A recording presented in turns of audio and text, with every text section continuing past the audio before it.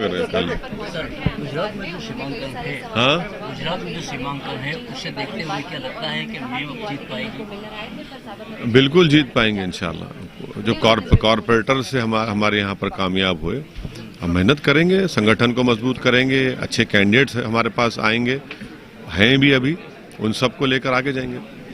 Meme की छवि को देखते हुए लगता है कि नॉन मुस्लिम वोटर्स जो हैं वो भी मीम को जीतने देंगे। अरे यहाँ पर हमारे नॉन मुस्लिम कॉरपोरेटर है अहमदाबाद से, मिलाएं क्या आपको? देख लीजिए आप, ऐसी कोई बात नहीं है। Thank you.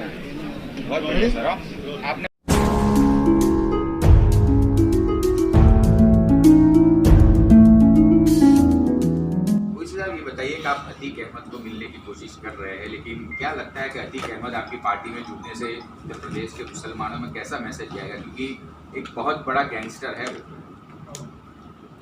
देखिए, ये बड़ा सब्जेक्टिव टर्म है, क्योंकि उत्तर प्रदेश में बीजेपी के 37% एमएलएस के ऊपर क्रिमिनल चार्जेस हैं और खुद उत्तर प्रदेश के मुख्यमंत्री ने अपने ही खिलाफ एक केस को विड्रॉ कर लिया, क्रिमिनल केस को, और दूसरा उन्होंने एक केस में प्रोसिक्यूशन की इजाज़त नहीं दी।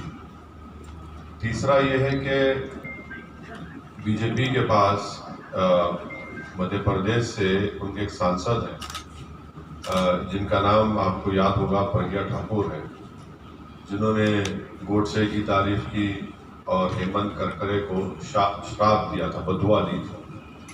तो हमारा मानना यह है कि, और फिर उत्तर प्रदेश के आप सवाल कर रहे हैं, सुप्रीम कोर्ट को ये बताया गया कि उत्तर प्रदेश में यूपी योगी सरकार ने 77 क्रिमिनल केसेस 7 बीजेपी के लीडर, जिसमें मौजूदा अभी प्रेजेंट एमएलएस हैं, जो मुजफ्फरनगर कांड में उनके ऊपर केस हुआ था, उसको विड्रॉ कर लिया। तो अतीक अहमद के ऊपर भी क्रिमिनल केसेस हैं, मैं इसका इनकार नहीं कर रहा हूँ, मगर इलेक्टोरल लॉ के तहत वो अभी इलेक्शन लड़ सकते हैं। अगर कोर्ट उनको कुछ फैसला देता है तो जब यकीनन देखेंगे, मगर अभी तो कोर्ट फैसला नहीं दिया है।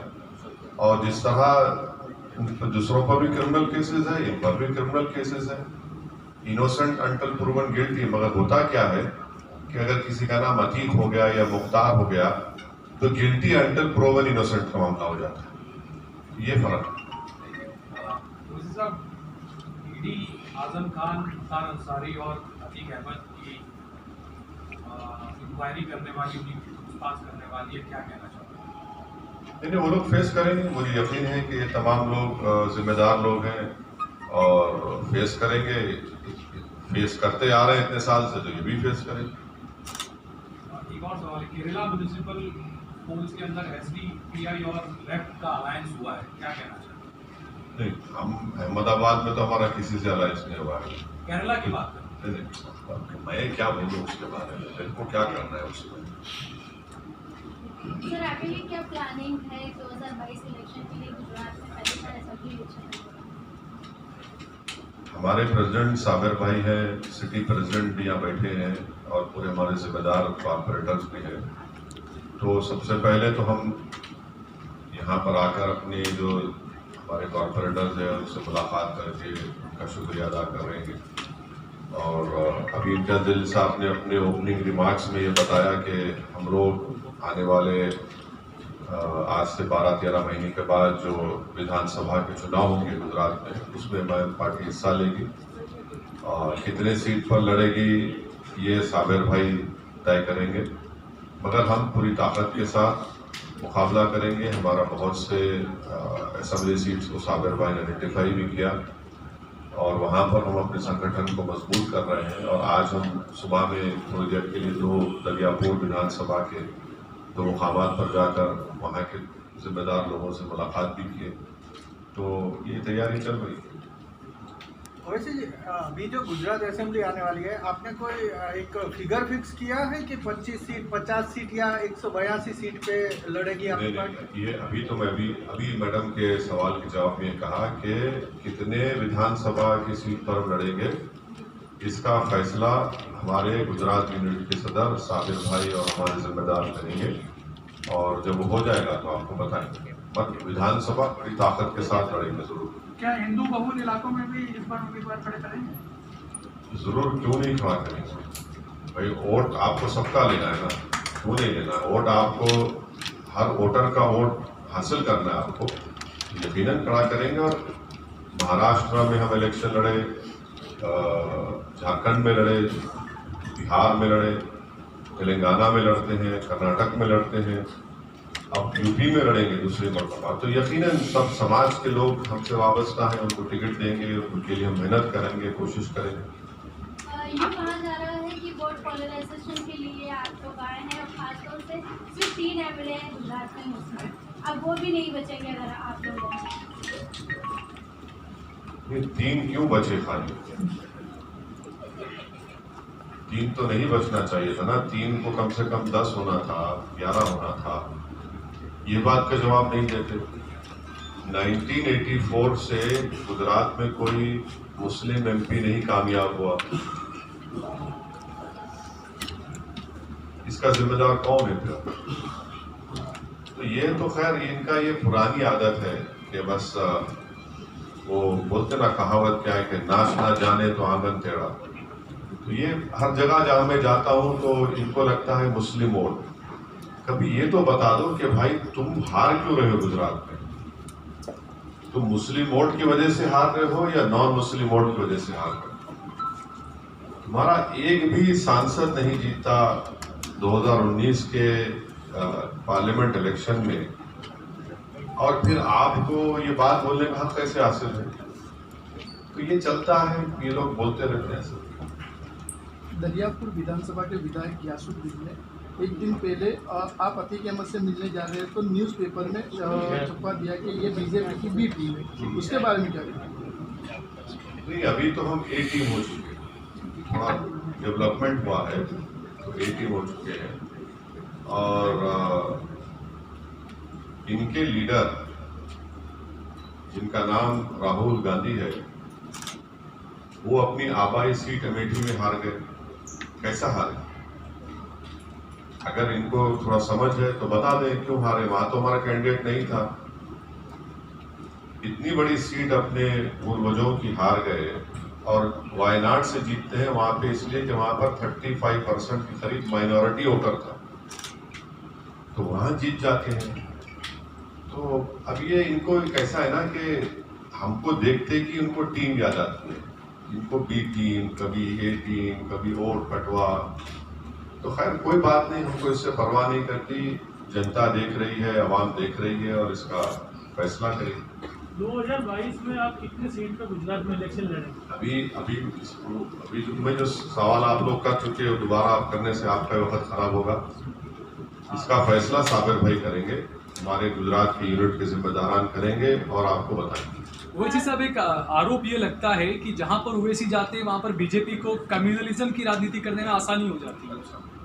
हाँ, तो ये इम्तियाज जलील है, जानते हैं ना आप इनको, आप ही के बरादरी से थे, 18-19-20 साल थे ना, 24 साल जर्नलिस्ट थे। तो इन्होंने औरंगाबाद में जो शिवसेना के एमपी को हराया, वो 21 साल का शिवसेना के एमपी। ये सब लोग, बड़े लोग, बहादुर लोग तो नहीं हरा पाए, हम कमजोर लोग हरा दिए, शिकस्त दे दिए। अब उसका जिम्मेदार कौन है?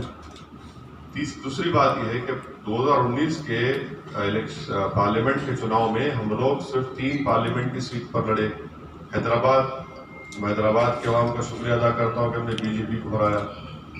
दूसरा औरंगाबाद शिवसेना को शिकस्त दी, और बिहार में किशनगंज, जहाँ पर हमारे मौजूदा एमएलए और स्टेट प्रेसिडेंट अख्तर अली खान को 3 लाख वोट मिले, जेडीयू को 3,25,000, कांग्रेस को 350। तो भाई 3 सीट अगर मैं लड़ता हूँ तो बीजेपी 300 जीत जाती है। तो अगर मैं 10-15 लड़ूंगा तो क्या बीजेपी पूरी 500 जीत जाएगी क्या? कौन सी दुनिया में रहते हैं लोग? भाई आप ही के गुजरात के एमएलए कांग्रेस के, वो बीजेपी में भाग गए, तो मुझसे पूछ कर गए थे क्या? कर्नाटका में भाग गए, हर जगह उनको छोड़ के भाग रहे हैं, तो उसका जिम्मेदार कौन है? तो इनका ये जो आरोप लगाते हैं, ये बिल्कुल हकीकत से ताल्लुक ही नहीं है उसका। बीजेपी, यकीनन हम बीजेपी के खिलाफ है। कौन कह रहा है बीजेपी के खिलाफ नहीं है? पार्लियामेंट में हमारा रिकॉर्ड है, पार्लियामेंट में अनलॉफुल एक्टिविटीज प्रिवेंशन एक्ट का बिल लाया गया, जिसमें दिल्ली में बैठकर एक एनआईए का इंस्पेक्टर अहमदाबाद में किसी भी एक शख्स को टेररिस्ट लिख देगा। उस बिल की तायद कांग्रेस की, अमित शाह बिल मूव किए 2019 में, कांग्रेस ने उसकी तायद की, राज्यसभा में उन्होंने तायद की। कौन कम्युनिज्म को बढ़ावा दे रहा है? तो ये हकीकत है, ये इनका रिकॉर्ड हम बता रहे हैं पार्लियामेंट में आपको। तो इससे मुझे कोई फर्क नहीं पड़ता, जितने एलिगेशन लगाना लगाइए, हमको कोई फर्क नहीं पड़ता। मैं तो, मेरी चमड़ी मोटी हो चुकी है और लगाइए, हम मुकाबला करेंगे, फेस करेंगे। योगी साहब कह रहे हैं कि उत्तर प्रदेश में आज़ादी के बाद जो तुष्टिकरण की राजनीति चल रही है उसे इस बार खत्म करना। तो वो अब्बाजान क्यों बोलते हैं? पिताजी बोलना चाहिए था ना उनको। अब्बाजान क्यों बोलते हैं? इसको अंग्रेजी में बोलते हैं डॉग विजिल पॉलिटिक्स। और उन्होंने जो किताब अपना वो रिकॉर्ड बताए, झूठ है वो। 33 लाख अनएम्प्लॉयड यूथ का नाम पोर्टल पर है। 2020 फरवरी में उनका मंत्री विधानसभा में खड़े होकर कहा कि 33 लाख अनएम्प्लॉयड यूथ के नाम हैं जिनको नौकरी की जरूरत है। CMI का डेटा है कि 10% अनएम्प्लॉयमेंट रेट है उत्तर प्रदेश में। अब गंगा के पानी के ऊपर लाशें तीर रही थी तो तुष्टिकरण था क्या? वो ऑक्सीजन नहीं मिल रहा था तो क्या तुष्टिकरण था? नदी के किनारे लोगों को लकड़ी नहीं मिली अपने वालिद को, अपनी माँ को, अपने भाई को, बेटे को जलाने के लिए, अंतिम संस्कार करने के लिए, तो जमीन में दफना दिए तो कुत्ते लोच कर खा रहे थे। तो क्या तुष्टिकरण की राजनीति थी वो? कौन सी बात कर रहे हैं वो? तो ये इनका रिकॉर्ड है। योगी ने जो अपना रिपोर्ट कार्ड पेश किया उसमें कहा है कि 4.5 साल में उत्तर प्रदेश में योगी के रिपोर्ट कार्ड में पढ़ा हूं उसको पूरा। हम योगी से ये पूछना चाहते हैं कि प्रधानमंत्री ग्रामीण आवास योजना 2017-18, 18-19, 19-20, 20-21 में एक घर बताओ मुसलमान का, एक घर, सिर्फ सैंक्शन छोड़ो, एक घर जो तुमने दिया बताओ मेरे। Highest illiteracy rate Uttar Pradesh में मुसलमान का है। हाईएस्ट 5 साल और 15 साल के दरमियान मुसलमान का ड्रॉप आउट रेट है 59-60% करीब है। उत्तर प्रदेश में 2% मुसलमान ग्रेजुएट होता है।